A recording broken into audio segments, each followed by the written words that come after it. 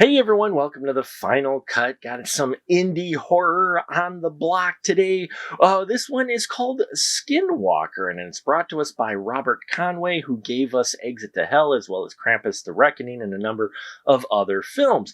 Now, here we have the story of two grave robbers. One guy ends up stealing the sacred necklace off the body in an above ground Native American grave. Well, little does he know that that releases an evil spirit that's a skinwalker, and we see how this evil spirit takes its revenge and travels from body to body, impacting a number of different individuals who are traveling through this wilderness for various reasons.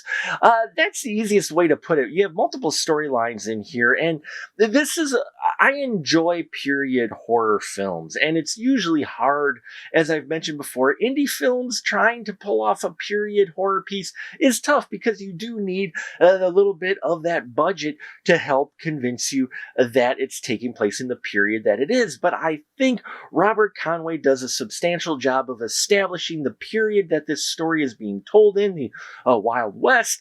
And yeah, I liked that. It felt like it was from that period. And so that pulled me in right away. The production design, as well as the quality of the sets and the costuming, all felt fairly authentic from that period. So I appreciate that, and that really helped set the stage and the world where all of these events take place. And now he does have assembled a very talented cast. We got Eva Hamilton in here as Maisie, and I loved this character quite a bit. Wasn't quite sure how they were going to go with her, because she is the wife of a bad guy and kind of a bad guy herself, but she proves also to be a badass. And I liked the way Ava Hamilton plays this character quite a bit.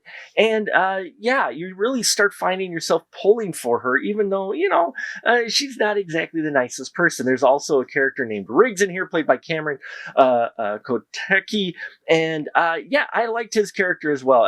This guy who, yeah, he's one of those where he's a deputy of the Ranger, but he's a younger guy, and the Ranger, Bascom, played by Dan Higgins, beautifully as the leathery, seasoned veteran who doesn't trust anybody, and he's just, he's hardcore, just a man who has been hardened by the West and his lifestyle, and that comes across. And Dan Higgins also a fantastic job in that, and it was a lot of fun. Amelia Haberman plays Nellie in here, and enjoyed her performance as well.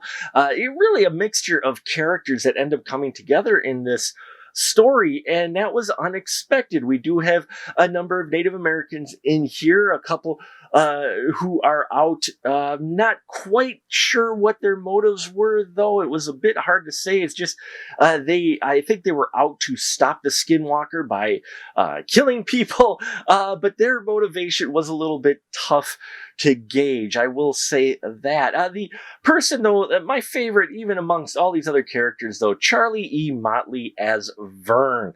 This guy has his own movie. He should have his own movie. Vern is a wonderful character. He's an outlaw, but he's got a good soul to his friends, and I loved everything about Vern. Even though he's not always on camera, he doesn't have a huge amount of scenes. This is a character I actually found myself pulling for the most, and found him very charismatic on screen. Every scene he's in, he really kind of steals the show, almost like a gentle giant type of approach. And yeah, I really enjoyed the Vern character. Overall, it's a decent indie horror film that has a bit of a unique story to it. The fact that they put it in a period piece also I appreciate quite a bit. That it has to be a challenge. You do run into a few of the aesthetic challenges that you have with an indie film. The audio, you could tell where some of it was ADR'd and that. But yeah, it's an interesting story that I think if you're looking for a period indie horror piece, this is one that should be put on your list. So there you have it, folks. Thank you so much for listening to me ramble. Hope you enjoyed this review. Please hit subscribe, bells, thumbs up, and all that here. Check out our merchandise, and we've got a merch store now. You can check out Special Mark Productions. We've got the Patreon as well. All of that can be found in the Linktree link that's in the body of this video. I couldn't do this show without each and every one of you. I appreciate the support. And please remember, until next time, keep that ticket stub.